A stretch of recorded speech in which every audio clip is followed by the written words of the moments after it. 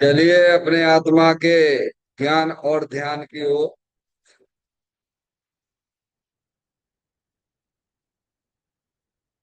अपने चंचल मन को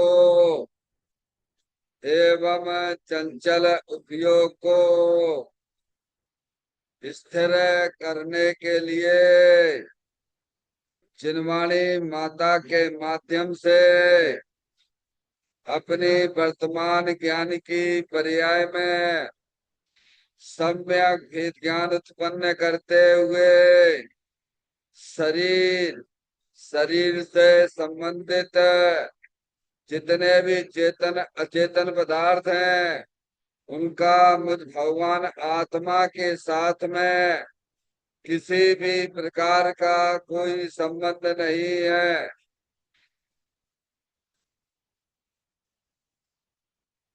इस प्रकार समस्त पर पदार्थों में अपने संबंध की वृत्ति को छोड़ते हुए अंदर में जो अखंड ज्ञान ज्योति स्वरूप भगवान आत्मा है उसमें ही वर्तमान पर्याय का संबंध जोड़ते हुए कि मेरा यह भगवान आत्मा सदा काल शरीर आदि पर पदार्थों से भिन्न एक मात्र शुद्ध पूर्ण अखंड ज्ञान ज्योति स्वरूप है।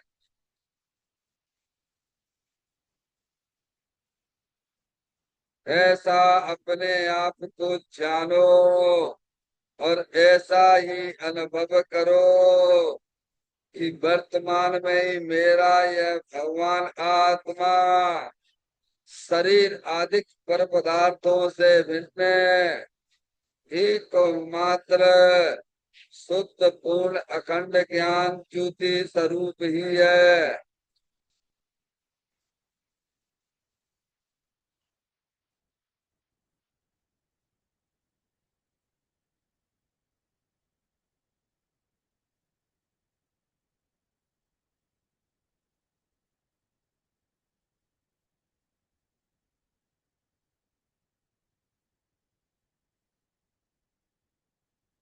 इसी प्रकार से संसार अवस्था में आत्मा की पर्याय में जो भी पुण्य पाप के परिणाम दिखाई देते हैं वे समस्त परिणाम पर द्रव्यों की लक्ष्य से होने वाले भाव हैं। वे हमारे आत्मा का स्वभाव नहीं है। ऐसे समस्त रागादिक परिणामों में एकत्व बुद्धि, ममत्व बुद्धि, कर्तृत्व बुद्धि, भोक्तृत्व बुद्धि तथा उन रागादिक परिणामों की ज्ञाता बुद्धि को भी छोड़ते हुए अंदर में जो शुद्ध अखंड ज्ञान ज्योति स्वरूप भगवान आत्मा है जो कि सदा काल शरीर रागादिकों से भी भिन्न एकमात्र शुद्ध पूर्ण निराकुलता स्वरूप वाला है। ऐसा अपने आप को जानो और ऐसा ही अनुभव करो कि वर्तमान में ही मेरा यह भगवान आत्मा शरीर रागादिकों से भी भिन्न एकमात्र शुद्ध पूर्ण वीतराग आनंद मूर्ति स्वरूप है।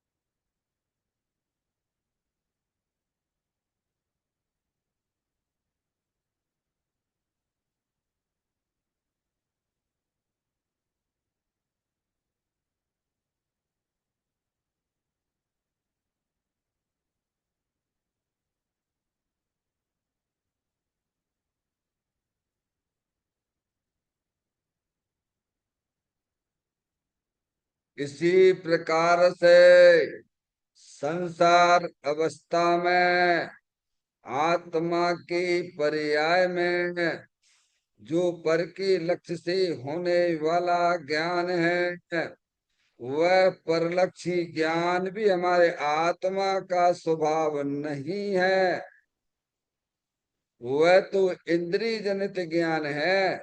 इस प्रकार शरीर रागादिक और परलक्षी ज्ञान के पर्यायों से विभिन्न मैं तो एकमात्र शुद्ध पूर्ण अखंड ज्ञान ज्योति स्वरूप भगवान आत्मा हूँ।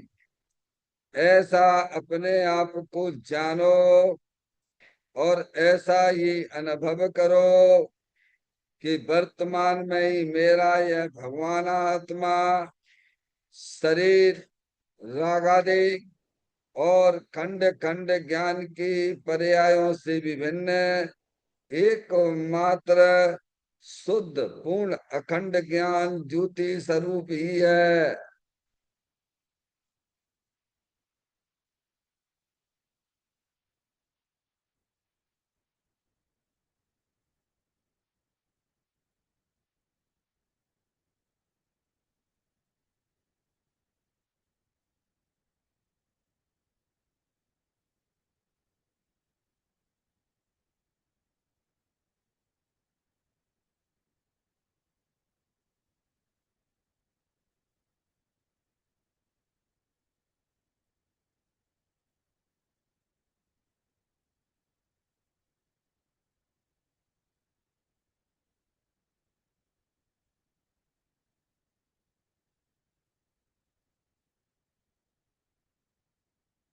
द्रव कर्म भाव कर्म नो कर्म रहित शुद्धात्म स्वरूपो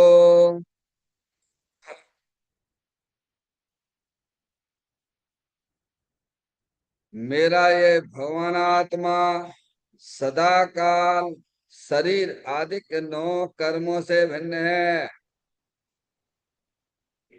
मेरा ये भगवान आत्मा सदा काल ज्ञान वर्णादि 8 कर्मों से भी भिन्न है। मेरा ये भगवान आत्मा सदा काल मोराग देश भाव कर्मों से भी भिन्न है।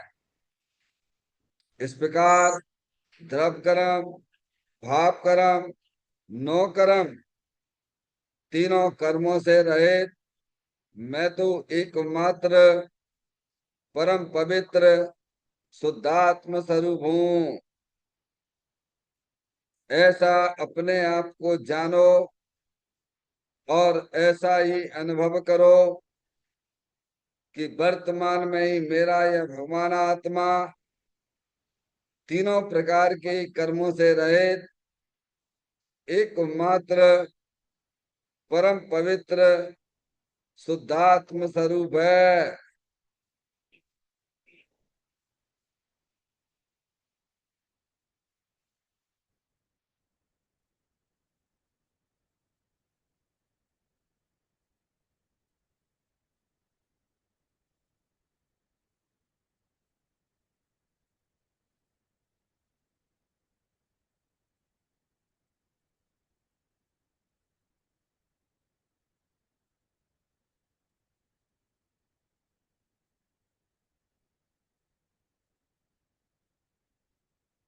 ओ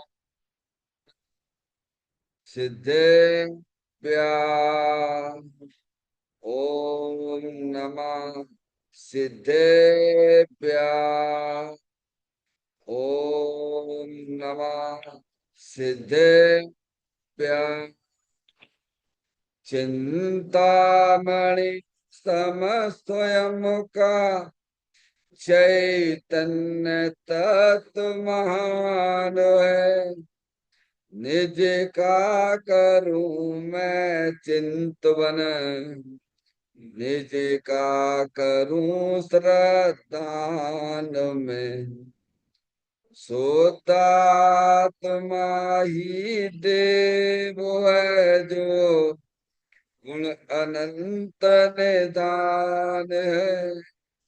मैं स्वानुभव में देख लूं, आत्मा स्वयं भगवान है। मैं स्वानुभव में देख लूं, आत्मा स्वयं भगवान है। निम्न जान परिठिया, कम कलंक डेवी, अपाल दौजेण परू, ते परम पुण बेबी। सब करम मल्लिका नाश करवरु, प्राप्त कर निज आत्मा। जो निमित्त निर्मल ध्यान में, नम कर निकल परमात्मा। सब नाश कर घन गाति अरवरे, अंत पद को पालिया। कर नमन उन जिन देव को, यह काव्य पथ अपना लिया।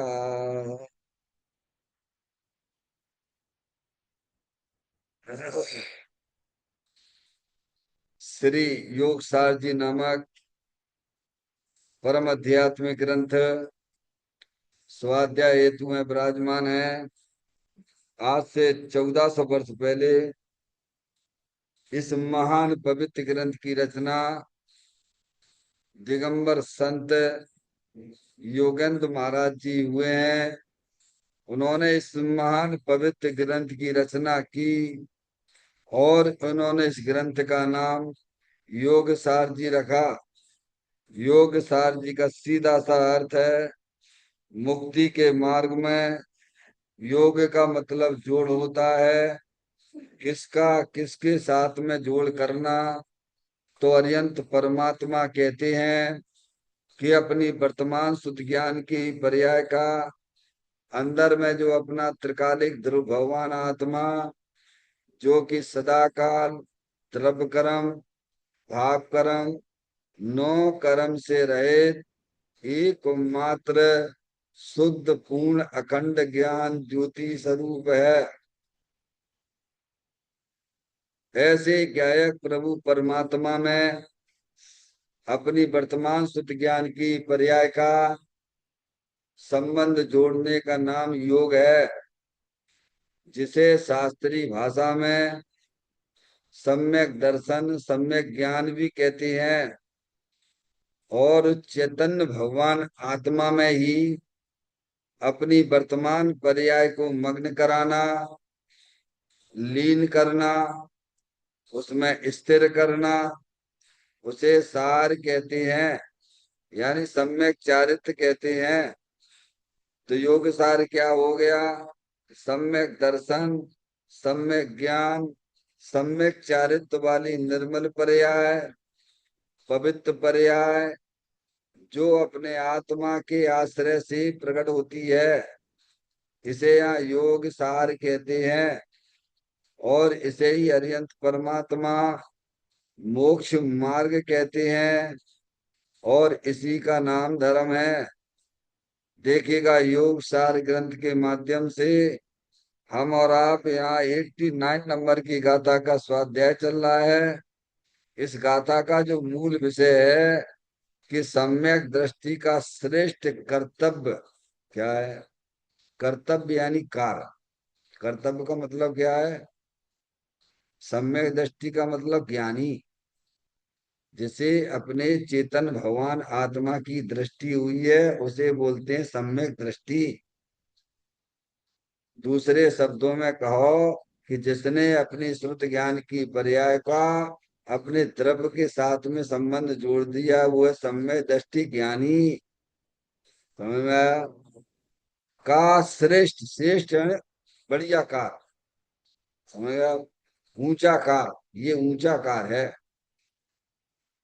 सबसे बढ़िया कार है। इतना ऊंचा कार करिए आप कि दोबारा आपको 4 गति 84 लाख योनियों में परिवर्तन नहीं करना पड़े।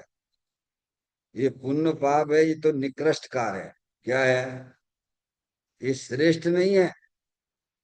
पुण्य पाप का जो परिणाम है वह निकृष्ट है, क्योंकि वे तो एक इंद्री से लेके असंगी पंचेंद्री और चार गति के सभी जीव यही काम कर रहे हैं। समझ में? पुण्य पाप का परिणाम वह निकृष्ट कार्य है, क्योंकि इस परिणाम से जीव को कर्मों का बंध होता है और ये आत्मा चार गति 84 लाख योनियों में परिभ्रमण करता है। इसीलिए पुण्य पाप के भाव निकृष्ट हैं और श्रेष्ठ कार्य क्या है? सबसे बढ़िया कार्य जो आपको चार गति 84 लाख योनियों के परिभ्रमण से निजात छुट्टी प्राप्त करा दे, वो कहलाता है श्रेष्ठ कार्य। क्या है? उत्तम कार्य। ज्ञानी हुआ तो उसको अपना कार्य समझ में आ गया कि मेरा कर्तव्य क्या है। मैं शरीर नहीं हूं, मैं तो जानने देखने वाली चेतन आत्म वस्तु हूं, और मेरा काम तो निरंतर अपने चेतन भगवान आत्मा का ही आनंद लूटना, ये मेरा श्रेष्ठ कार्य है। आगे समझ में? उसी को श्रेष्ठ कार्य कहते हैं। अब ऐसा काम आज तक इस जीव ने अनंत काल हो गया कभी किया ही नहीं है, और इसके लिए उसने मन भी नहीं बनाया। क्या? इसीलिए ये आत्मा चार गति 84 लाख योनियों में धक्के खा रहा है, दुखी हो रहा है। समझ में आया? ये काम करो ना, बढ़िया काम। अरे तुम्हारे करने योग्य काम तो ये है, शुद्ध उपयोग करो, वीतराग रूपी पर्याय प्रकट करो, अपने आत्मा को जानो, अपने आत्मा को ही अपना मानो, और अपने आत्मा का ही आनंद लूटो। ये कहलाता श्रेष्ठ कर्तव्य। समझ में आए? 47 शक्तियों में 42वें नंबर की शक्ति का नाम भी कर्तव्य शक्ति है। क्या? कर्तव्य नाम की शक्ति है। तो निर्मल दशाओं को करे आत्मा का धर्म है। क्या है? आत्मा में ऐसा कोई भी गुण नहीं है, ऐसी कोई शक्ति नहीं है कि जो पुण्य पाप के परिणाम करे। माता जी, अपना आत्मा है ना, अनंत शक्तियों से भरा हुआ है।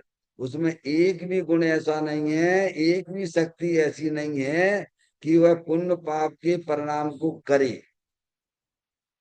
हाँ, कर्तव्य नाम की शक्ति जरूर है। क्या? निर्मल दशाओं को करे आत्मा का कर्म है, ये आत्मा का धर्म है, ये आत्मा का कर्तव्य है। समझ में आ गई बात? ये गाथा बहुत ऊंची है। ये गाथा का भी अगर भाव अपन समझ ले तो समझो चार गति 84 लाख योनियों से छुट्टी प्राप्त हो जाए। हाँ, मैं देखो इस गाथा का पाठ करते हैं और फिर इसके पॉइंटों पे विचार किया जाएगा। सब छोड़ कर व्यवहार नित्य निज आत्मा में जो रमे, बेजीव सम्यक दृष्टि तुरत ही शिव रमा में जा रमे। देखिएगा, 170 वन पर ये चर्चा अपनी चल रही है। आज का विषय आपका ये भी, आज भी 3 लाइन की चर्चा है। कल अपन ने यह समझा था कि सम्यक दर्शन की शुरुआत है ने ऐसा श्रद्धान करो कि सम्यक दर्शन यानी धर्म रूपी पर्याय अपने आत्मा के आश्रय से प्रकट होती है। क्या कहा? सबसे उत्कृष्ट का, उत्कृष्ट कार्य है ना क्या था का मूल विषय, अपने आत्मा से धर्म प्रारंभ होता है, यानी अपने द्रव्य स्वभाव के आश्रय से ही धर्म की शुरुआत होती है, और धर्म का अंत भी अपने आत्मा के आश्रय से ही होता है। क्या कहा? कल का विषय ये था आपका। अपने आत्मा के आश्रय से ही धर्म का प्रारंभ होता है और अपने आत्मा के आश्रय से ही धर्म पूर्ण हो जाता है। आप लोग यहाँ आए हो, काय के लिए आए हो? बोलो भैया। हैं? सब दुनिया कहती मंदिर में धर्म करने के लिए जा रहे, कहाँ जा रहे हैं भैया? धर्म धर्म सब कोई कहे, धर्म न जाने कोई। आत्म के अनुभव बिना धर्म कहाँ से होए? पूछ लो आप दुनिया, सब उसे धर्म कहते हैं। क्या? भगवान की पूजा को, भगवान की भक्ति को, है स्वाध्याय करने को, कराने को, जिसे दुनिया धर्म कहती है। जिन्हें देव परमात्मा कहते वो धर्म नहीं है, वह तो स्वभाव है। धर्म तो रत्नात्रय को कहा है भगवान ने। क्या? धर्म करना है तो सबसे पहले अपने आत्मा को पहचानिए। आप कौन हो? मैं कौन हूँ, आया कहाँ से और मेरा रूप क्या? संबंध दुख में कौन है, स्वीकृत करूं परिहार क्या? धर्म करना तो सबसे पहले आपको अपने आत्मा को पहचानना पड़ेगा। आपको अपने आप का परिचय करना होगा, धर्म करना हो तो। और पुण्य पाप करना है तो यहाँ भी मंदिर में आने की कोई जरूरत नहीं है। है भैया? क्यों भैया, एक इंद्री दो इंद्री आदि हैं, क्या ये पुण्य पाप नहीं करते क्या? क्या उनकी पर्याय में पुण्य नहीं होता है क्या? क्या निगोदिया की पर्याय में पुण्य नहीं होता है क्या? नहीं होता होता तो वह एक इंद्री से दो इंद्री में कैसे आया? क्या? ना मंदिर में आने की फिर क्या जरूरत है? ये पुण्य तो तुम अनादि से करते आ रहे हो। हैं, जामे कौन सी तुम्हारी लालिमा है? अरे थोड़ा भैया शुभ भाव कर लिया, पुण्य भाव कर लिया, चलो मनुष्य पर्याय मिल गई, देव गति मिल गई, बात तो तुम्हारा पेट भर जाएगा कहा। अनंत बार तो तुमने भैया देव गति में गए। भगवान कहते कि नरक से भी ज्यादा देव गति में गए हो। तो काय से गए? शुभ भाव से गए हो ना। और फिर वापिस लौट के फिर त्रियंच गति में निगोद चले गए। हैं, कोलू की बैल की तरह चक्कर लगा रहे हो। बस पुण्य का बस पुण्य की तरफ हमारी लाल लपटी लपटी हुई है। और जब पुण्य को ज्ञानी ही बताते हैं उसका आश्रय छोड़ दीजिए, तो आपको बड़ी तकलीफ होने लग जाती है। तो ज्ञानी ने अगर शुभ भाव छुड़ाया है, जो देव साधु के आश्रय से प्रकट होता है, तो वे तुम्हें एक बहुत बढ़िया चीज पकड़ाने जा रहे हैं। ये समझो क्या? बच्चे से अगर खिलौना छुड़ाया जा रहा है, उसे मालूम है खतरनाक खिलौना लिए हुए है, तो उसे बढ़िया सा सुंदर सा खिलौना दे देते हैं और उसके साथ खेलना। अगर देव शास्त्र गुरु ने अगर हमको शुभ भाव छुड़ाया है, तो शुद्धात्मा रूपी खिलौना दिया है ना, उसके साथ खेलो ना। है? समझ में आए भैया? हम्म? कल ये बात आई थी कि धर्म की शुरुआत अपने द्रव्य के आश्रय से होती है और धर्म का अंत भी अपने आत्मा के आश्रय से होता है। तो अपने आत्मा का आश्रय लेना, तो आत्मा का पहले ज्ञान करोगे कि नहीं करोगे, कि वैसे ही आश्रय लेने चले जाओगे?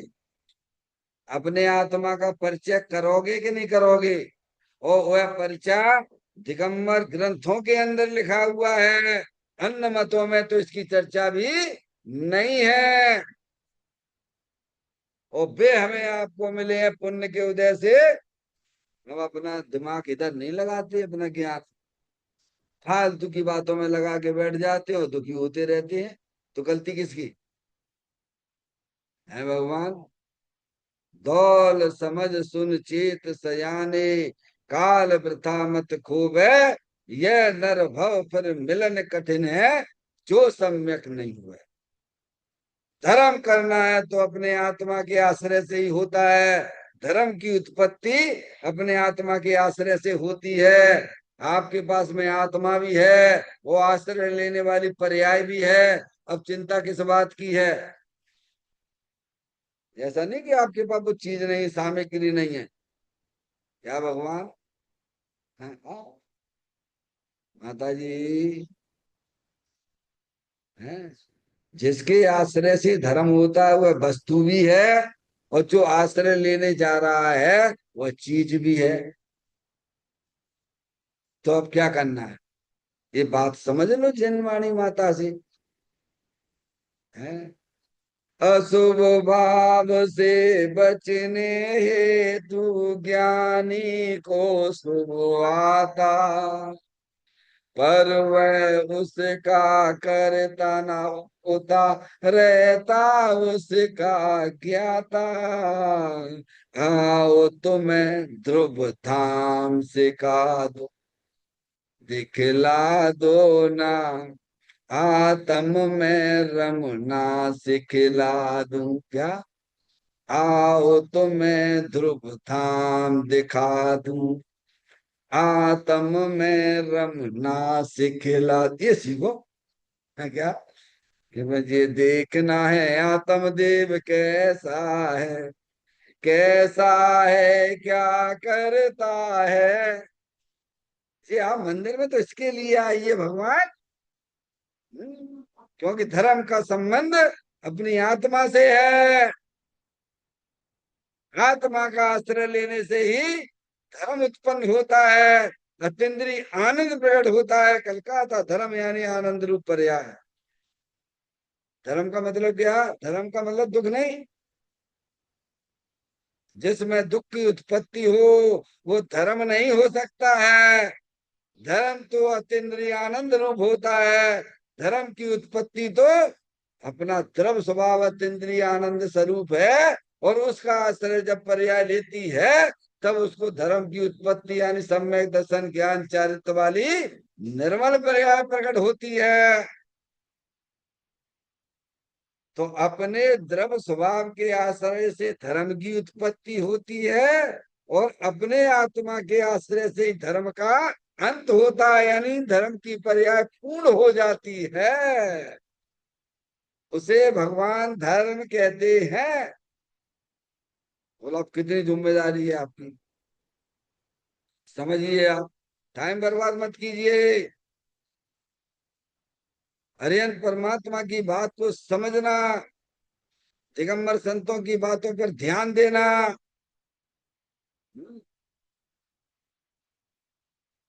कल की चर्चा ये थी, आज का देखें आप।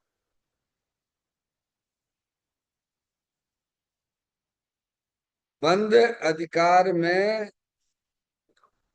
अमृत चंद आचार्य कहते हैं कि भगवान ऐसा कहते हैं, पर जीवों को मैं मार या जला सकता हूँ, सुखी दुखी कर सकता हूँ, इत्यादि सर्व व्यवहार अध्यवसाय पर में एकत्व बुद्धि वह मिथ्यात्व है।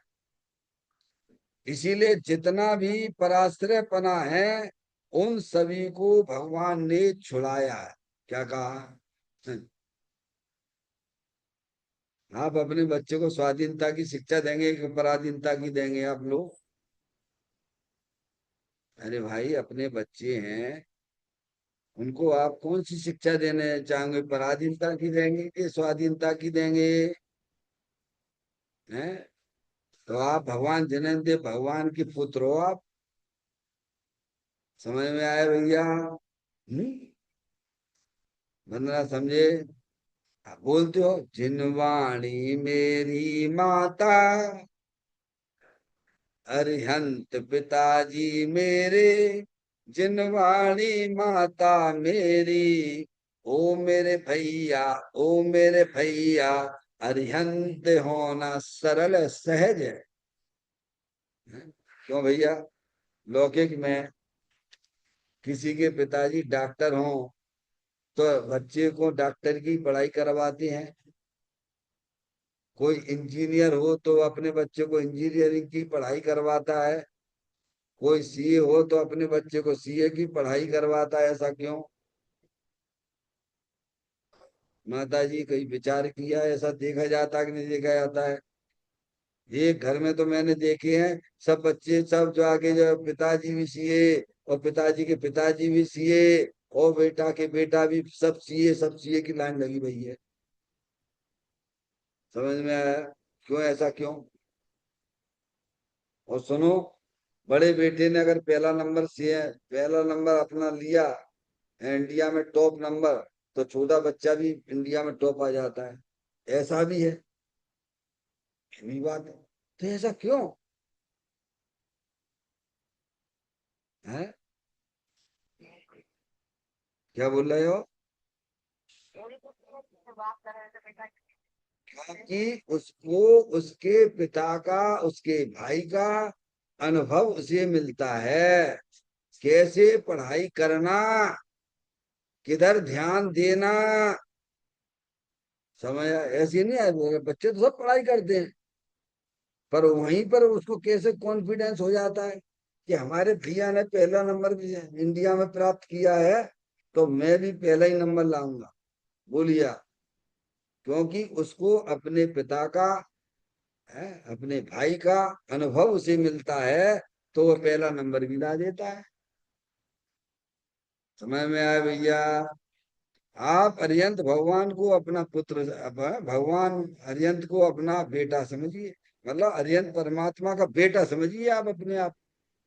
अरिहंत पिताजी हमारे पिताजी हैं, माँ जिनवाणी हमारी माता है। कभी इस भावना से है भगवान के दर्शन करते हो क्या? कभी जनवाणी भी पढ़ते हो कि अपना पुत्र मान है पुत्र समझ के करते हो, पढ़ते हो क्या? नहीं। बस मिल गई, बस ठीक है, जाओ भगवान, जाओ जाओ जाओ। है आप भगवान के, अरे ये जैसे आप माने बैठे हो, है जी हमारे पिताजी हैं, जी हमारी माता जी हैं, शरीर के माता पिता को तुम माता पिता माने बैठे हुए हो। वे तुम्हारे माता पिता हैं क्या? वे कौन के हैं? तुम हो आत्मा और शरीर, दो चीजें हैं कि नहीं है? तो माता पिता कौन की हैं? तुम आए हैं कि शरीर की हैं? बोलो ईमानदारी से। तुम बाप माने बैठे कि नहीं बैठे, बोलो। हैं, शरीर के माता पिता को अपने माता पिता मानते हो, क्योंकि तुम्हें अपने आत्मा की खबर नहीं है। समझ में आया? वास्तव में आत्मा का पिता तो अरियंत परमात्मा है। हमें माँ जनवाणी माता है, वो माता है। इस दृष्टि से भगवान के दर्शन करो तो भगवान तुम्हारे पिता कहलाएंगे, जनवाणी तुम्हारी माता कहलाएगी। पर हम तो बस कैसे करते हैं, और घर घर में जनवाणी कैसे कैसे रखते उठाते रखते हो, माता समझ के ऐसी ऐसी माता जी को छोड़ देते हो उठा उठा के। है क्यों बंधना है? जहाँ कहीं भी जैसे अपनी माता को ऐसी पटक देते हो उठा के, जहाँ कहीं भी बैठा देते होगे, ऐसे ही करते होगे ना?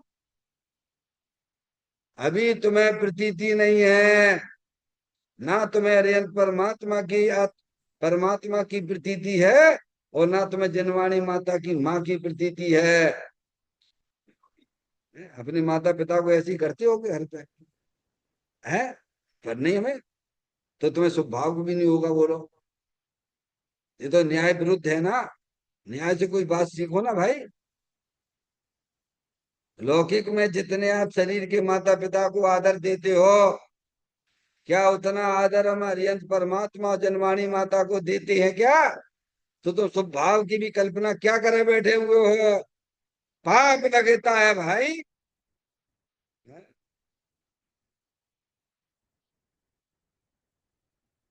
ध्यान करना भैया, विचार करो, कर विचार तो पाम, शुद्ध बुद्ध चेतन घन स्वयं ज्योति सुखधाम, ही जो कहियो केटलू कर विचार तो पाम।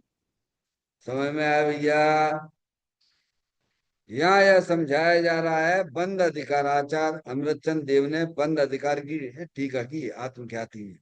आचार्य कुंदकुन देव का ग्रंथ है समय सार जी, उसकी टीका करने वाले आचार्य अमृतचंद देव आत्मख्याति, उन्होंने उसमें लिखा भगवान ऐसा कहते हैं। कौन कहते हैं? भगवान क्यों कहते हैं? आचार्य कुंदकुन देव कहते होंगे। अरे वो प्रारंभ में ये बात कह दी थी, वंदित तो सब सिद्धे ध्रुव मचलम गंतुम पत्ते, वो छामी समय पावड़ केवली सुत केवली भरदा का है। आचार्य कुंदकुन देव से अगर बात करेंगे तो वे कहेंगे भाई साहब भगवान ने कहा है। समझ में आए भैया? ये वाणी जो है जिनवाणी जिनेन्द्र परमात्मा की है, जिनकी ज्ञान की पर्याय में सकल द्रव्य की गुण अनंत पर जाए अनंता, जाने एक ही काल प्रकट केवली भगवंता। ऐसे हरियंत परमात्मा की वाणी है, ये छदमस्त की वाणी नहीं है भगवान। सब आचार्यों ने व्यवस्थित तरीके से हमें समझाया है, बताया है भैया। हम तो इसके कर्ता धर्ता नहीं है, तो मोह में मत नाचना कि ये जिनवाणी ये टीका जो है आचार्य अमरचंद देव ने, आचार्य कुंद कुंद देव ने लिखा है। समझ में आ गया भगवान? तो यहाँ कहते हैं बंद अधिकार में अमरचंद आचार्य कहते हैं 1000 वर्ष पहले हुए कि भगवान ऐसा कहते हैं। कौन कहते हैं? माता जी कौन? जिनकी ज्ञान की पर्याय में है सकल द्रव्य के गुण अनंत पर जाए अनंता, जाने एक ही काल प्रकट केवली भगवंता। अब बताओ इससे बड़ा कौन सा काय समय परमात्मा होगा, जिसके ज्ञान की पर्याय ऐसी विकसित हो गई है, जो आपके अनंत काल पहले के हैं एक एक परिणामों को, समय एक एक गतियों को स्पष्ट जानते वर्तमान में। समय में वर्तमान को भी जानते हैं और भविष्य में जो होने वाली पर्याय हैं उनको भी अभी जानते हैं, अनंत काल बाद भी होंगी ना। उन पर्याय को जानने वाले ऐसे अरियंत परमात्मा हैं, उनकी बात पे विश्वास करो भगवान। ना बिना विश्वास के, बिना श्रद्धा के हमारा काम चल रहा है और हमारा कल्याण हो जाएगा 3 काल में नहीं होगा।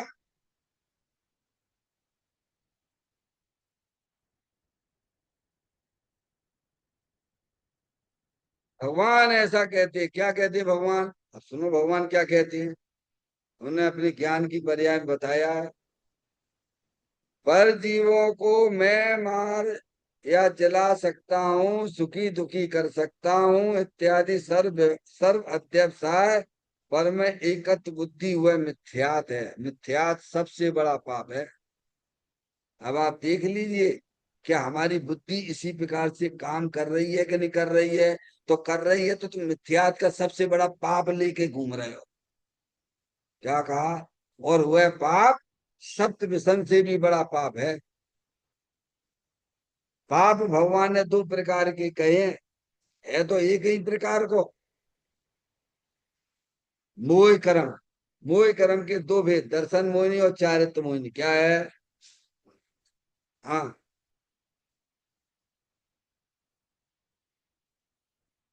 माता जी, दर्शन मोहिनी अंधा है, सूरज निकला हुआ है, आंखें बंद किए हुए है और कह रहा सूरज का निकला है, सूरज का निकला है। ये क्या कहे? दिन में तमतमाता हुआ सूरज निकला हुआ है, वो क्या सूरज का निकला है? तू आंखें तो खोल पहले। दिन में 12 बजे आंखें बंद करके कह रहा सूरज का निकलो भैया। अब सूरज के अस्तित्व को स्वीकार ना करे तो जाम दूस कौन को है? जबकि सूरज तो तमतमाता हुआ निकला हुआ है, पर आंखें बंद करे हुए है। ऐसे अनादिकाल से अज्ञानी जीव अपनी अज्ञानता से आंखें बंद करे हुए है, हैं? क्योंकि वस्तु स्वरूप को जानता ही नहीं है। समझ गए क्या? और जो जान रहे हैं वे कह रहे हैं सो मानता नहीं है। तो दोष किसका है? हैं? अरे दोष किसका है माता जी? हैं? अनादिकाल से स्वयं अज्ञानी है, हैं? अपनी आप अपनी आंखें बंद किए हुए है, अपने तरफ स्वभाव को। क्या नहीं लिखा आपने 6 डाला में नहीं पढ़ा क्या? मोह महामद पियो अनादि से, भूल आपको भरमत बात। क्यों क्या है? अंजना कब की हो दुनिया में तुम यहाँ हैं?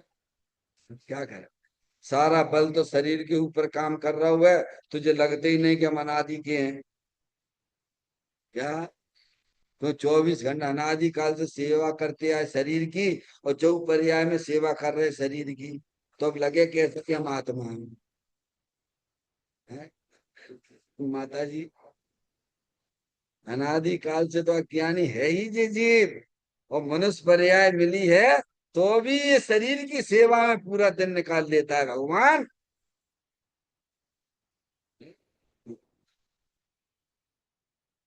बड़ी मुश्किल है भाई। चैन दर्शन मिला है तो भाई साहब ज्ञान के नेत्र खोलिए। धन कन कंचन राज सुख सबई सुलभ कर जाए, दुर्लभ है संसार में एक यथार्थ ज्ञान। क्या है? क्या है? ये करोड़पति अरबपति खरबपति, ये तो तुम अनंत बार बन चुके। बड़े बड़े पद भी तुम्हें अनंत बार मिल चुके, प्रधानमंत्री एक बार नहीं, तुम अनंत बार हो चुके हो। समझ में आ गई बात? अब उधर का भजन दौड़ धूप बंद करो। अब केवल एक ही काम करने के लिए संकल्प कीजिए। नर भव मिला है, मैं अपूर्व कार्य करूंगा। जो अनंत काल में मैंने अपूर्व कार्य, यानी जो पूर्व में कार्य नहीं किया।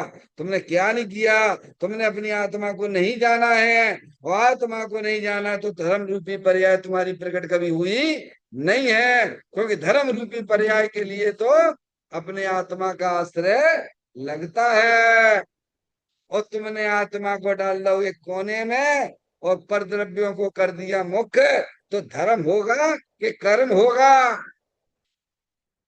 है?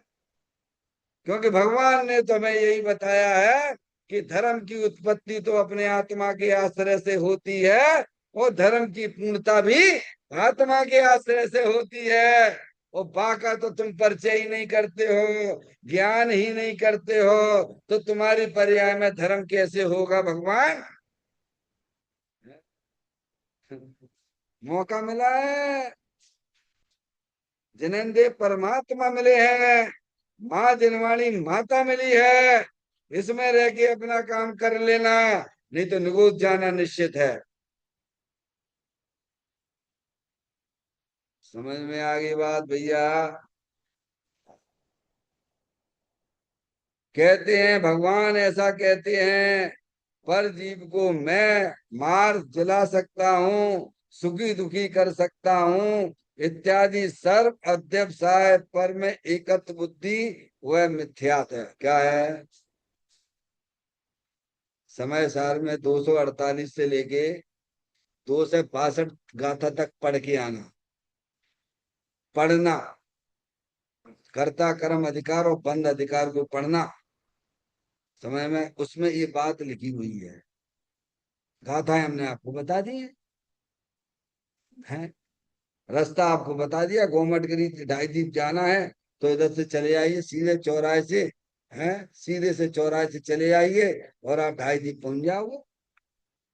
248 नंबर की गाथा से लेके 262 की गाथा आज पढ़ना, क्योंकि स्वाध्याय को ही परम तप की संज्ञा दी जाती है, मात्र तुम्हारे पूजा भक्ति को नहीं। जो स्वाध्याय करते हैं उन्हीं के ज्ञान के नेत्र खुलते हैं। बात हमने कोने में डाल दिया। अब तुम कैसे ज्ञानी बन जाओगे ये बताओ? अब तुम कैसे कैसे अपना कल्याण करोगे ये बताओ? बताइए आप। हैं? अरे मनुष्य पर्याय में आए काहे के लिए आए माता जी? जन्म मरण करने के लिए आए तो दरवाजे से बाहर निकल जाओ, जूते चप्पल की तरफ बाहर उतार के आओ। समझ में आया भैया? एक लक्ष्य रखिए। जैसे हम यूनिवर्सिटी में पढ़ने वाला व्यक्ति, मेरा लक्ष्य तो इंजीनियर बनना है, तब वह इंजीनियर बनता है। मेरा लक्ष्य तो डॉक्टर बनना है, तब वह डॉक्टर बनता है। ऐसा संकल्प लेके अपना परमिशन ले, एडमिट लेता है, एडमिशन लेता है भगवान। हमारा लक्ष्य भी कुछ है कि नहीं? हमारे अंत परमात्मा के दर्शन करते हैं, हमारे अंत परमात्मा की पूजा करते हैं, हमारे अंत परमात्मा की माला जपते हैं, तो तुम्हारा लक्ष्य क्या है? बोलो क्या लक्ष्य है? लक्ष्य विहीन हो, लक्ष्य विहीन कभी भी सुखी नहीं हो सकता है, कभी अपने लक्ष्य को प्राप्त कर सकता ही नहीं है। अनादिकाल से आत्मा लक्ष्य विहीन है, समझ लीजिए आप। अपनी अपनी हफ्ता रहता है और चलती रहती है। अब बता जाओ कल्याण कैसे हो? अरिहंत परमात्मा है भाई, माँ जनवाणी माता है हमारे, इतनी बात करती है ना।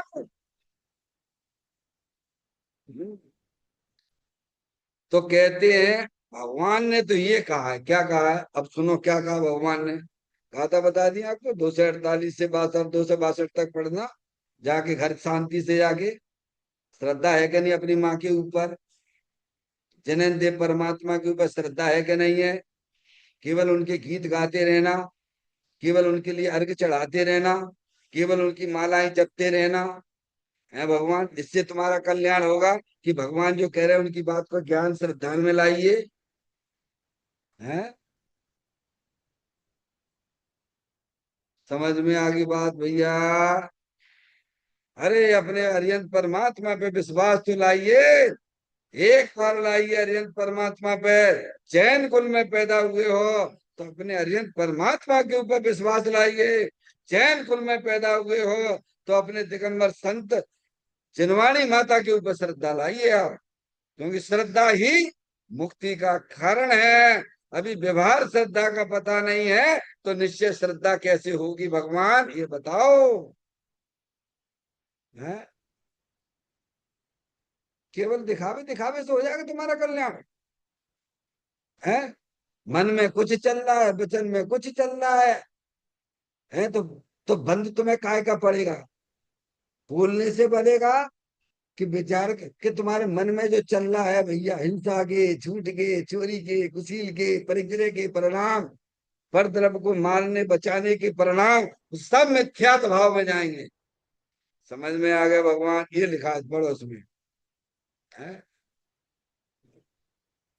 कहते हैं बंद अधिकार में अमृतचंद आचार्य कहते हैं, भगवान ऐसा कहते हैं क्या? आचार्य अमृतचंद देव तीन चौपड़ी कसाय के अभाव पूर्वक वितराग दशा में चल रहे हैं। वे अपना हवाला न दे के भगवान का हवाला देते हैं, क्योंकि तुम मेरे को भी झुठला दोगे, हमें मालूम है। समझ में आ गया भगवान? इसलिए भगवान की बात करते हैं। किसकी बात करते हैं? केवल वे आचार्य अमृतचंद देव की जय बोलने से जयकारा तुम्हारा काम हो जाएगा? आचार्य कुंद कुंद देव की जयकारा बोलने से हमारा काम होगा क्या? कि बिन ने जो हमें रास्ता बताया है उस रास्ते पे अगर हम चलेंगे तो हमारा काम होगा। है? समझ में आए भैया? इसलिए भगवान का प्रमाण देते, किसका देते हैं? गजब है, अपना भी नहीं दिया वो, भगवान कहते हैं। क्या कहते हैं? भगवान पे तुम्हें विश्वास है ना, इसलिए भगवान की बात करते हैं। हम्म? क्या कहते हैं भगवान? तो कहते हैं मैं मार या जला सकता हूँ, सुखी दुखी कर सकता हूँ, इत्यादि सर्व अध्यवसाय, पर मैं एकत्व बुद्धि व मिथ्यात्व भाव है। क्या है भगवान? अब चलता तो यही चलता रहता है। अब आप देखो, तुम मिथ्यात्व का सेवन कर रहे हो कि नहीं कर रहे हो? अपने उपयोग बुद्धि, एकत्व बुद्धि, एकत्व बुद्धि। देखो भजन कहाँ दिया जा रहा है? एकत्व बुद्धि, बुद्धि यानी ज्ञान। ज्ञान में 24 घंटा तुम्हारे क्या चलता है ये बता? है? क्या चलता है माता जी?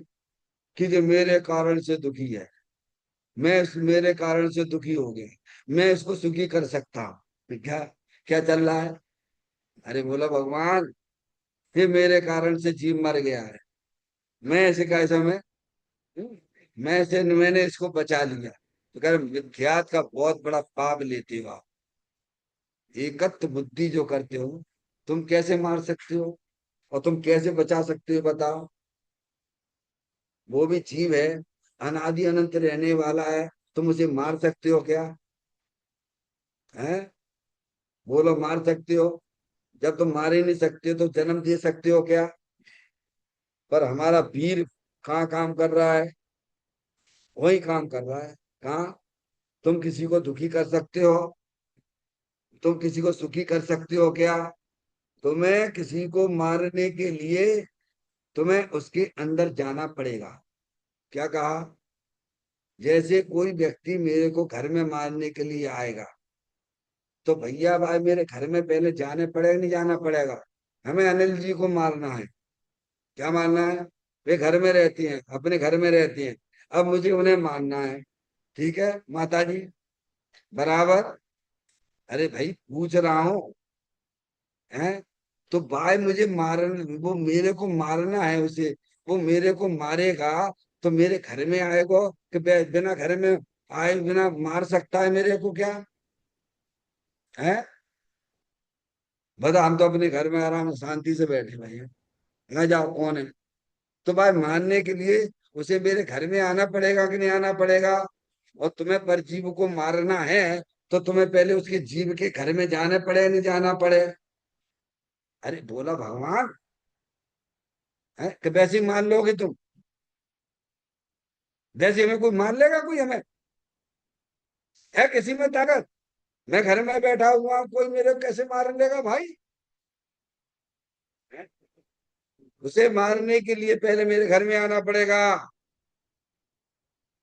समझ में आ गई बात? पर अज्ञानी जीव इन बातों को समझता ही नहीं है। पर ऊपर ऊपर को देख के कह देता मैंने इसको मार दिया, मैंने उनको मार दिया, गोली से मार दिया। और अहंकार धारण करता, क्या करता है? अरे क्या भगवान, मिथ्यात का सबसे बड़ा पाप लेके घूमता है। अरे मैंने उनको बचा लिया, मैं आ गया था समय पर। है? समझ में आया? अब देखो ना, यही चल रहा है पूरी दुनिया। अब देख लीजिए आप। वो सियान है कायसम है, वो पूना में है, वो तुम्हारा कौन सा किला है, उसमें कीर्तन को मार दिया। तो अभी दुनिया काय के चक्कर में घूम रही है, पूरा दिमाग कहाँ लगा रही है? बोलो। वो सियान है, वह केतन को मारो कि नहीं मारो माता जी? अरे बोलो भगवान। जब ये फाइल सबकी खुल जाए कि नहीं खुल जाए? चिन्हवाणी माता को समझे तो पूरी फाइल बाकी खुल जाए। पर समझते ही नहीं इन बातों को। है? समझ में आया भैया? सबके दिमाग इसी पे चल रहे हैं कि नहीं चल रहे हैं? सब मिथ्यात का सेवन करे बैठे हुए हैं। भगवान कहते हैं नहीं, कोई किसी को मार ही नहीं सकता है, कोई किसी को बचा ही नहीं सकता है। बचाने के लिए भी आपको उसके अंदर घुसना पड़ेगा। अरे, जैसे किसी ने हमको बचाया, तो हम तो अपने घर में बैठे हुए हैं। कोई मारने के लिए आया, है पहले तो वो अंदर आए हमारे घर में, मारने के लिए तो मार सकता है। समझ में आया? और बचाया तो वो भी का समय पहले अंदर हमारे आत्मा में घुसे। तुम्हारा घर कौन सा? तुम्हारा घर कौन सा? चेतन भगवान आत्मा, तुम अरूपी हो। तो बात मानने के लिए फिर हमारी आत्मा में घुसेगो कि नहीं घुसेगो? तभी तो मार पाएगा ना भगवान। दृष्टांत दिया था मैंने आपको। और बचाने वाला, तो बचाने वाले को भी हमारे आत्मा के अंदर घुसने पड़े तभी तो बचा पाएगा। ना वो घुस रहा हुआ है और ना बचाने वाला घुस रहा, ये बेस ही अहंकार करता रहता है। तो मिथ्यात का सबसे बड़ा पाप लेके घूमता रहता है। समझ में आए भैया? ये बात यहाँ लिखी हुई है। स्वाध्याय करो, ढंग से करो भगवान। ये नहीं, हमने तो पूरे समय सार पढ़ लिया। पंडित जी हमने तो पूरे, आप अभी योग सार आपके ये 4 साल होने को आए, योग सार ही पूरे में भाव। समझ में आए भैया? स्वाध्याय करो, एक एक शब्द का भाव ग्रहण करो, अहंकार मत करिए। माता जी, ना मैं सुखी दुखी कर सकता हूँ, तो सुखी दुखी करने के लिए भी क्या करना पड़ेगा? उसको उसकी आत्मा में आपको घुसना पड़ेगा, जो कि पॉसिबल ही नहीं है। भगवान कहते हैं, एक तरफ दूसरे तरफ के अंदर प्रवेश ही नहीं करता है, तो कोई ना किसी को दुखी करता है ना सुखी करता है। मिथ्यात का सबसे बड़ा पाप लेके घूमता है जी, इसी बात में। फिर कहते हैं, इत्यादि सर्व अध्यवसाय, अध्यवसाय यानी विपरीत मानता। क्या संकर विकल्प फालतू के लेके घूमते रहते हो? है, कोई लेना ना देना, भगवान सम्यक दृष्टि, इसीलिए तो आनंद में रहता है। उसे वस्तु स्वरूप की सब खबर है। खबर ही नहीं है, वो अपने आत्मा का आनंद भी लेके घूमता रहता है 24 घंटा। समझ में आया भैया? तो कहते हैं इत्यादि सर्व अध्यवसाय पर में एकत्व बुद्धि, क्या किया उसने माता जी? हाँ, पर में एकत्व बुद्धि। देखो मैंने इन्हें मार दिया, देखो मैंने इन्हें बचाया। बल किस में धारण कर रहा है वो? शरीर की क्रिया, शरीर में बल धारण है, तो शरीर के बाहर भी उसका बल काम करता रहता है। मिथ्यात का महापाप का एकत्व बुद्धि, उसमें अपनापन। समझ में आया? शरीर में अपनापन, तो शरीर से भिन्न चेतन अचेतन पदार्थों में अपनापन पड़ा हुआ है। एकत्व बुद्धि, वही ज्ञान लग रहा है एकत्व बुद्धि। बुद्धि तो थी आत्मा की, और लगा रहा हो तो परद्रव्य में, तो वो एकत्व बुद्धि कहलाती है। और वही बुद्धि अपने द्रव्य स्वभाव में कर दे, तो एकत्वपना, अपने आत्मा का आनंद मिलने लग जाता है। बुद्धि तुम्हारे पास उतनी ही है, बाहर लगा लो चाहे अंदर लगा लो। श्रीमद राजचंद जी ने ये बात भी लिखी, जो ज्ञान संसार का कारण हो रहा था, वही ज्ञान मुक्ति का कारण होता है। अज्ञानी अपने ज्ञान को बाहर शरीर आदि में लगाते हैं, तो उनका संसार बढ़ता चला जाता है। और ज्ञानी उसी ज्ञान को अपने आत्मा में लगाते हैं, तो संसार को काटते हुए मुक्ति को प्राप्त कर जाते हैं। कहते हैं एकत्व बुद्धि वह मिथ्यात है भगवान। क्या भाषा सरल है, भाव समझना भैया थोड़ा कठिन पड़ता है। कोई बात नहीं, ज्ञानियों के साथ रहोगे तो तुम भी ज्ञानी बन जाओगे। हैं? क्यों? डॉक्टर के साथ में अनपढ़ कंपाउंडर रहता है, तो वो डॉक्टरी का काम करने लगता है, निकलने लगता है। इंजीनियर के साथ में अनपढ़ ठेकेदार रहता है, वो भी बढ़िया मकान बना देता है। ज्ञानियों के साथ में रहोगे तो तुम्हें उन्हें भाव भी तुम्हें ख्याल में आ जाएंगे। और दूर दूर ये बनाओगे, तो अज्ञानी तो अनादिकाल से थे, तो अज्ञानी मर के मर जाओगे। कहते हैं इत्यादि सर्व अध्यवसाय पर में एकत्व बुद्धि वह मिथ्यात है। इसीलिए जितना भी पराश्रयपना है, उन सभी को भगवान ने छुड़ाया। किन्ने? देखो वे तुम्हारे भले की बात कर रहे हैं। जैसे पिताजी अपने बच्चे को स्वाधीनता की शिक्षा देते हैं, ऐसी माँ जनवाणी माता और अरिहंत परमात्मा अपने शिष्यों को स्वाधीनता मार्ग बताते हैं, सुखी होने का मार्ग बताते हैं। क्या सब तरह की पराधीनता सब खत्म। क्या समझ गए ना आप?